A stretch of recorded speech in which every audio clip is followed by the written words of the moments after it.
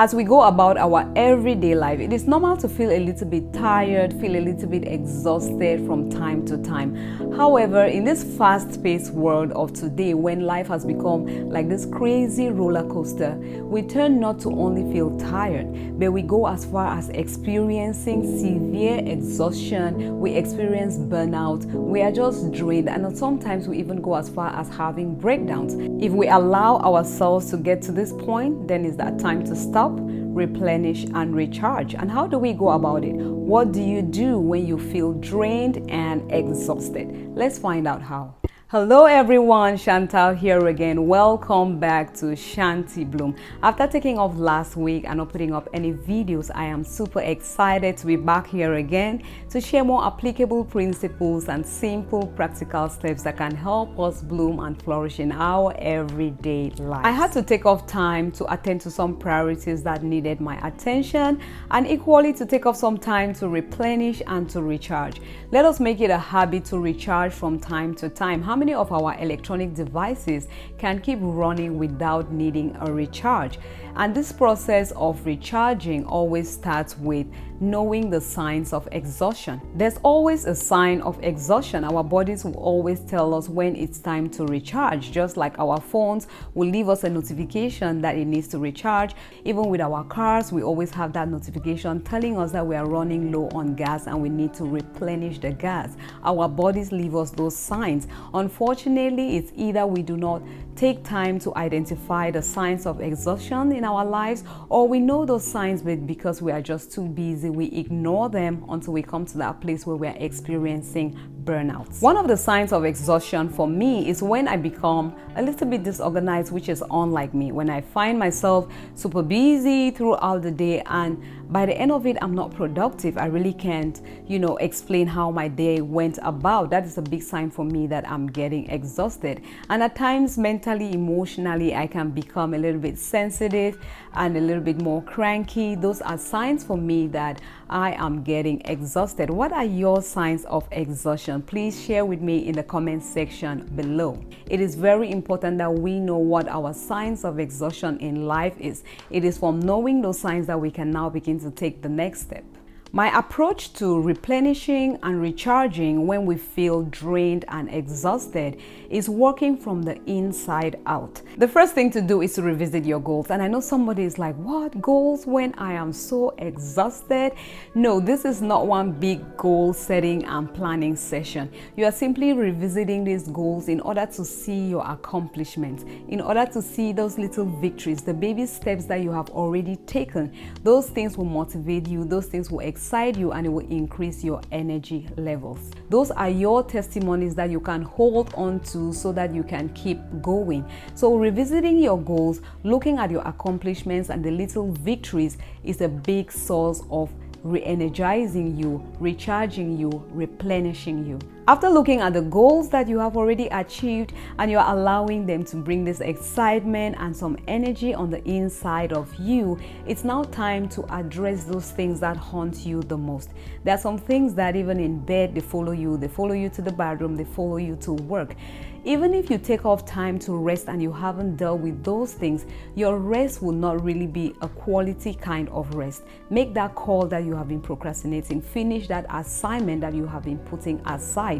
Even if you have an hour to rest and you use 30 minutes to address those things that are haunting you, the remaining 30 minutes is going to feel like hours and hours and hours of rest. Now, if this unaccomplished goal is one that is not like a quick fix, it's not as easy as just making a call or finishing up an assignment, it's something that is long term. Another way that you can deal with it is to sit down and make a simple plan. Again, this does not have to be a detailed thing, because at this point you are tired, you're exhausted. You are just making a little sketch. Having that sketchy plan on how I'm going to attend to that need is like diagnosing the problem, and it is already half solved. I've seen people go on vacations, but while on vacation they really cannot rest because they have left behind something that is just so chaotic, and they're afraid to come back and get into that chaos.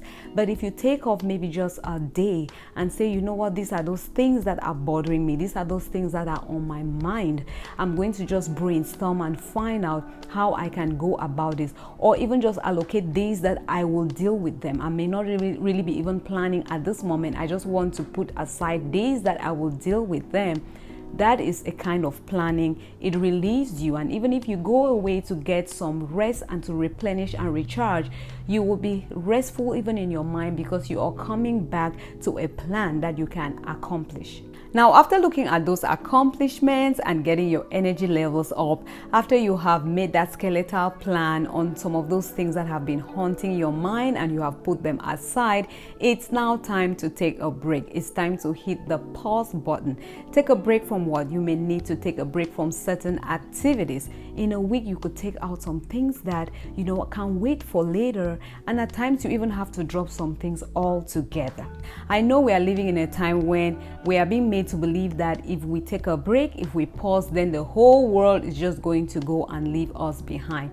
This is not necessarily true. And even if it were true, by the time you stay back, you replenish and you recharge, then you'll be able to catch up. You may not only even catch up, but you'll be able to overtake. But if you just keep thinking you can follow the pace of the world, you're going to experience burnout, and that is when they will really go and leave you behind. When we are drained and exhausted, we have to learn to run on a low battery mode. When our phones have been turned to a low battery mode, it means that the lights on your screen may get dimmed. Some apps that are not being used or are not priority at that time may be shut down until that time when the energy has been recharged and replenished and it's up and running again. You may also need to take a break from technology, social media, and its demands and expectations. And I understand that some people, their nature of work is such that they have to be on those platforms. But like I said earlier, organizing is very important. At the times when you are tired and you are exhausted, keep it to the bare minimum. Just prioritize the times when you have to be on those platforms or you have to be using technology. Plan and organize it and limit the time to just what is necessary. Now, after taking a break from those activities, people, places that drain you, exhaust you, you should now spend some time with people who love you, with your loved ones, your friends, your family. Surround yourself with people who make you laugh. Laughter is medicine to the soul. When did you last have a good laugh? If you haven't had a good laugh today, find you somebody who's going to make you laugh.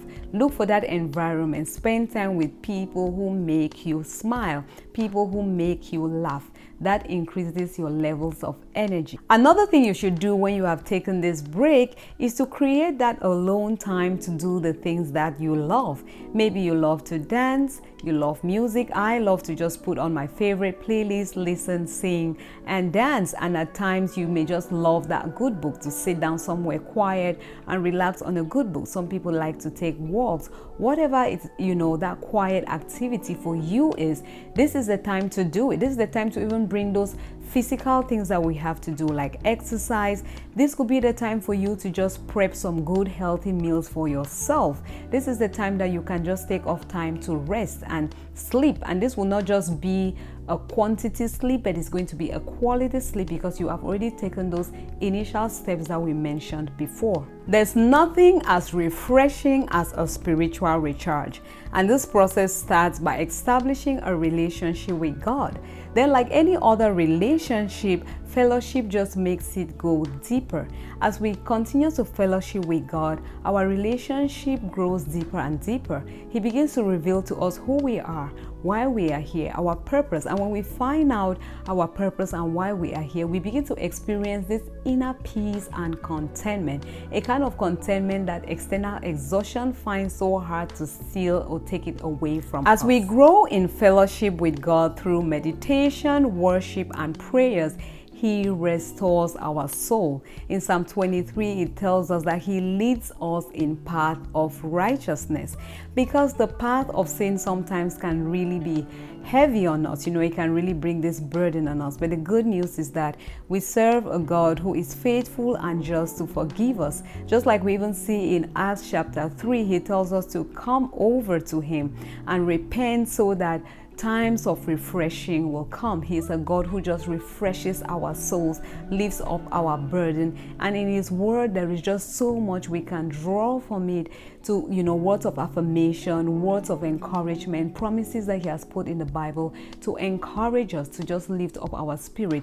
There is really nothing as refreshing as spending time in the presence of God to get that spiritual recharge.